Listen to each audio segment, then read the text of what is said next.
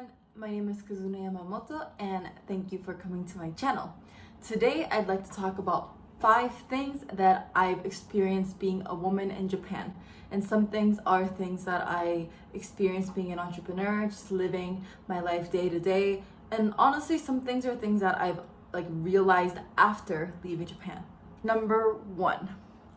The first thing I really felt is, and this is actually something that I didn't really realize until I left Japan, is that I always feel fat. First of all, I am a true believer of body positivity. I do think that every body type is beautiful in its own way. But growing up in Japan, there's this culture of you have to be skinny, you have to be kind of stick thin. And especially when I was little, I grew up in an international school. I grew up with a lot of friends from all over the world. That's why I always, a part of me always felt like I wanted to be Japanese.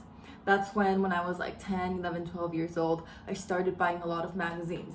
And then a lot of these Japanese fashion magazines, usually made for young girls, young women, is all about being skinny.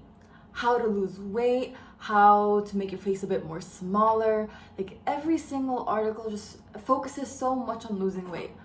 I even remember once that I was looking at this magazine and it literally just put all of the models of that magazine and they're all wearing a sports bra and spandex, and they're just all lined up.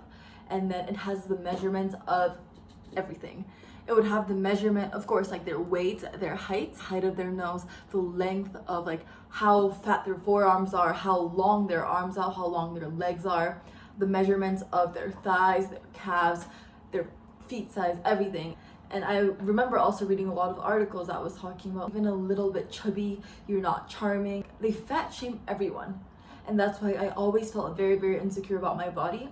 In high school, I actually wrote an article on Huffington Post about this in Japanese. But in high school, I was so insecure that at one point, I just stopped eating. I just couldn't eat. I wouldn't eat. I would go work out during lunchtime. When I was in school, I felt fine because, everyone was from different countries. Everyone had different body shapes. But whenever I was on the train, I was so conscious of my thighs or my stomach, my everything. And that's one thing that I really felt. And honestly, after leaving Japan, right now, I'm so much more comfortable in my own skin. I don't really feel that pressure anymore. And yeah, that's one thing I really felt being a woman in Japan. And I think recently it's getting more diverse, but definitely when I was a teenager and when I was growing up, the pressure was insane. Number 2.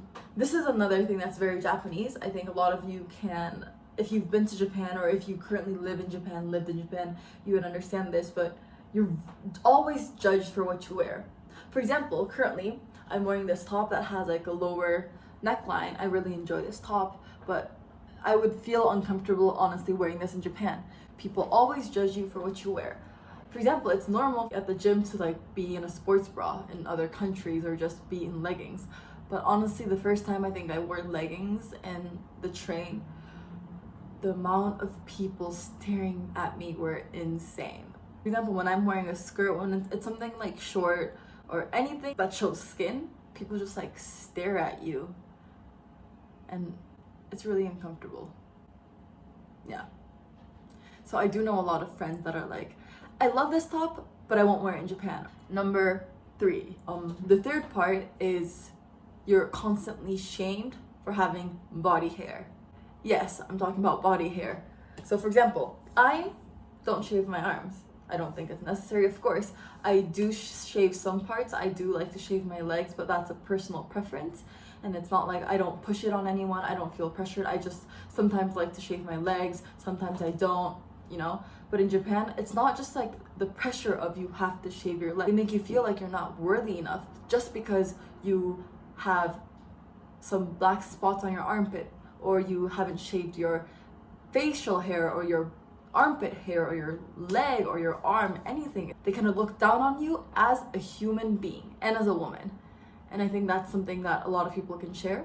I do know that there's actually petitions going on because on YouTube there are paid commercials, paid promotion videos that are oh, you have body hair, you're gonna get dumped by your boyfriend, that's why you never get a boyfriend. Also, it's the obsession with having a boyfriend, obviously. And I'll leave the link to the petition down below if you agree, because I think it's just body shaming. It's just a part of who we are.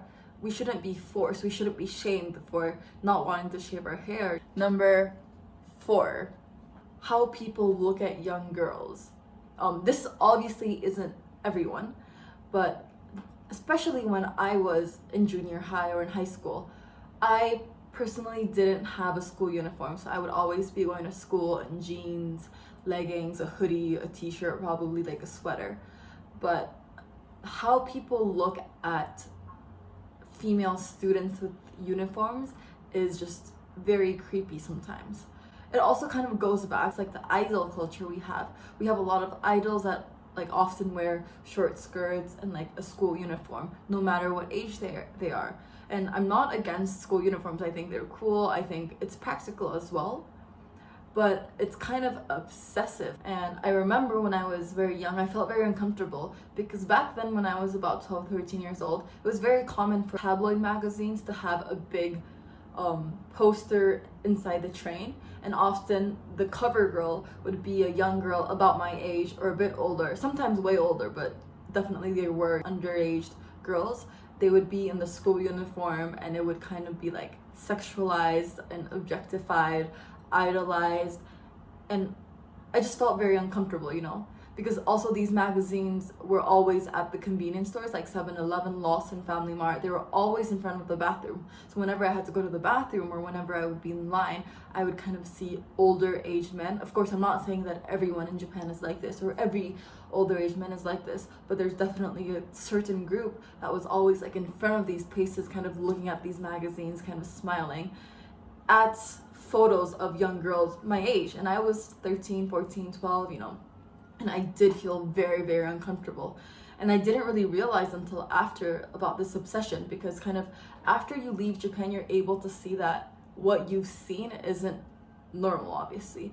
And then I feel like in Western cultures, or where I am right here, people in general like women, not young girls. But I think in Japan, there's definitely that obsession of young girls, baby faces. And I think that's something very personal, but that's something I experienced a lot living in Japan. Number 5.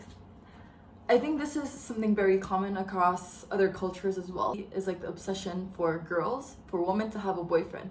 For example, in your day-to-day conversation with your family, with your neighbors, it's like, oh, do you have a boyfriend? And the moment you like get to the age of 22, 23, people start asking you, are you gonna get married? Are you in a serious relationship? But not just that, like the day-to-day life part, but even talking about the media. This kind of goes back to all of the magazines I used to read when I was in middle school and high school. But a lot of times, apart from like that you have to lose weight, this is how you can go on a diet, this is the ideal weight part, it was a lot of do this so that you can get liked by men. There's this word called moteru, or like mote in Japan. It's kind of like getting liked by another person, not like romantically or sexually. I don't know what it is, but it's just like being liked.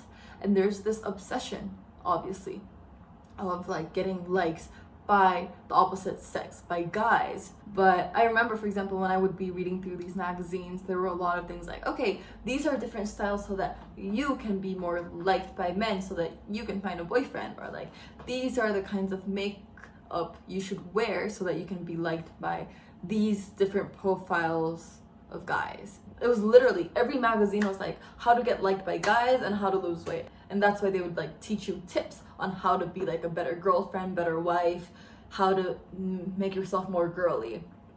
Another example I saw, which is I think hideous, was they did a questionnaire asking guys what their ideal height for girls are and what their ideal weight for girls are. I don't quite remember what the numbers were, but I do remember that like one of the most ideal heights were around 155 centimeters to 160 centimeters.